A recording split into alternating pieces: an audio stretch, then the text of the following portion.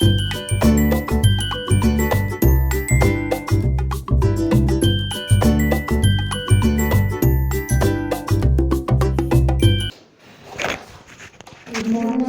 Morning. आज क्या पढ़ना है बउआ? Dispersion and scattering of light. तो चलिए सबसे पहले आपको डिस्पर्शन के बारे में बताते हैं। Dispersion is the phenomena by which a white light splits into 7 components of colour. ठीक है ना? तो वो कौन सा डिवाइस है? वो ये डिवाइस है। इसको हम प्रिज्म कहते हैं। जब वाइट लाइट प्रिज्म से होकर गुजरता है तो 7 कलर का एक बैंड मिलता है, एक पट्टी मिलता है, और उसको हम स्पेक्ट्रम कहते हैं। तो ये वाइट लाइट का इस प्रिज्म से होकर के पार करने में जो 7 कलर में जो बंट जाता है ना, उसी को हम क्या बोलते हैं बेटा? डिस्पर्शन। समझे ना?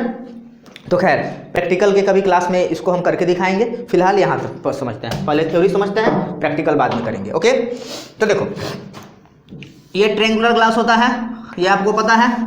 ये प्रिज्म है बाबू, इस पर एक लाइट बीम हम इंसिडेंट करते हैं तो वो कुछ इस तरह से मुड़ जाती है, और इस फेस से निकलते समय वो ऐसे मुड़ जाती है। बात समझे ना? समझे ना? तो इसका रिफ्रैक्शन कितने टाइम्स हुआ? 1, और ये 1 2 टाइम्स रिफ्रैक्शन हुआ ना। तो देखिए, और इसमें एक चीज़ मैं बता दूं आपको कि अगर यह प्रिज्म नहीं होता तो क्या लाइट ऐसे जाता ना? लाइट में इतना का डेविएशन हुआ, यानी कि लाइट को ऐसे जाना था, अब ये ऐसे जा रहा है। यानी कि यहाँ से देखिए, इसको जब हमने पीछे मिला तो यहाँ पर कहीं मिला, तो इसमें यानी कि जो इमेजिनरी पाथ है लाइट का और जो इमर्जेंट बीम ऑफ लाइट है, इसके बीच के एंगल को बेटा हम कहते हैं एंगल ऑफ डेविएशन। क्या कहते हैं बउआ?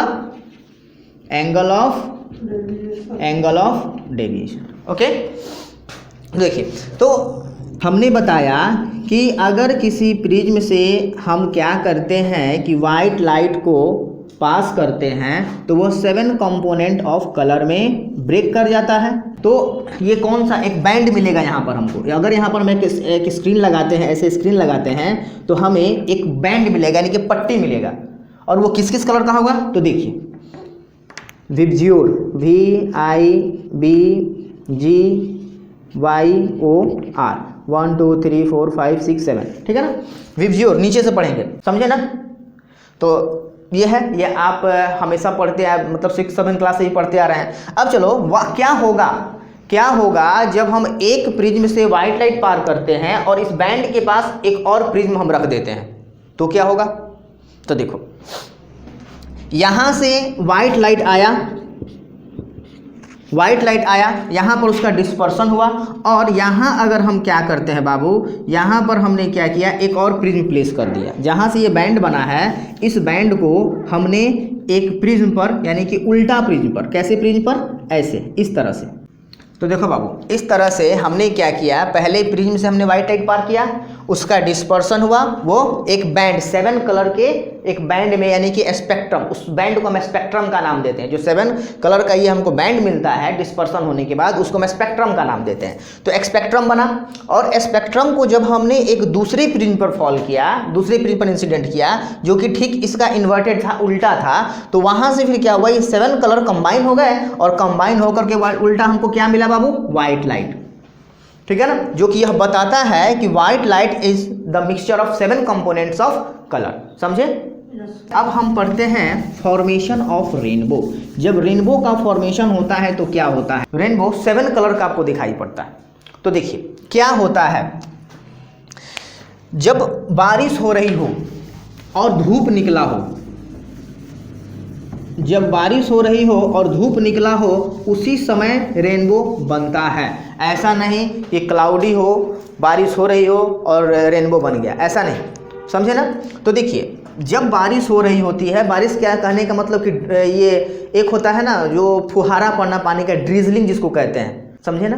तो उस कंडीशन में क्या होगा कि जो हमारा इन्वायरमेंट है, इन्वायरमेंट में वाटर ड्रॉपलेट्स होंगे, तो वो वाटर ड्रॉपलेट्स बिल्कुल प्रिज्म की तरह काम करते हैं उस टाइम। और देखिए, अगर बारिश हो रही हो, सुबह का समय हो, सुबह का समय हो और उस तरह की हल्की हल्की फुहारे वाली बारिश हो रही हो, तो उस समय आपको रेनबो किधर दिखाई देगा? वेस्ट डायरेक्शन में। बस समझे ना? क्योंकि लाइट किधर से आ रहा है? सूर्य के सोर्स से, सन की तरफ से, तो हमारा रेनबो किधर बनेगा? West direction. और शाम की अगर बात करें तो शाम में रेनबो किधर बनेगा? ईस्ट डायरेक्शन में, क्योंकि उस समय क्या होता है? सन जो होता है वेस्ट डायरेक्शन में होता है। समझे ना? तो वो कैसे? तो देखिए, उस समय इन्वायरमेंट में जो वाटर ड्रॉपलेट्स होते हैं बिल्कुल इस तरह से होंगे। तो वहाँ से एक वाइट लाइट आया, वाइट लाइट आया और इसमें पड़ा, और यहाँ पड़ने के बाद इस सरफेस से जब वो अंदर जाता है ना, तो ये इसका डिस्पर्सन हो जाता है, यानी कि 7 कलर ऑफ कंपोनेंट में ये लाइट ब्रेक हो जाता है। और ब्रेक होने के बाद में यहाँ से इस सरफेस का टोटल इंटरनल रिफ्लेक्शन होता है।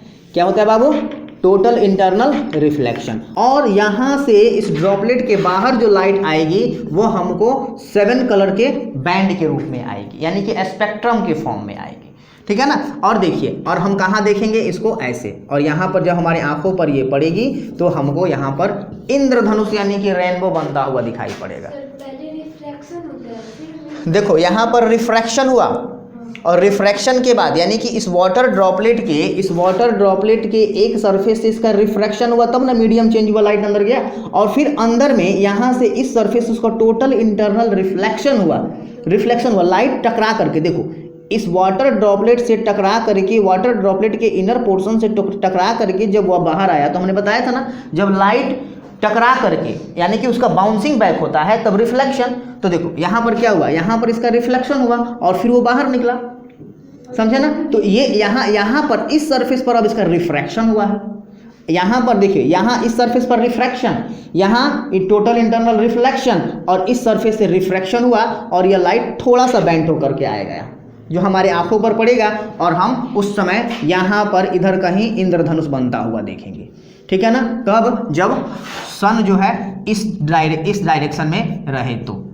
ठीक है ना? बारिश हल्की हल्की फुहारे वाली बारिश हो रही हो, ऐसा नहीं कि बहुत जोर की धमाकेदार बारिश हो रही है, एकदम कैट्स एंड डॉग्स है, और उसमें आप लोग कह रहे हैं रेनबो का फॉर्मेशन, तो वो वहाँ पर दिखाई नहीं पड़ेगा, क्योंकि जब भी मूसलाधार बारिश होती है उस समय बादल आसमान में होते हैं और सूर्य वहाँ पर विजिबल नहीं होता है। बात समझे ना? रेनबो समझ में आ गया आप लोगों को?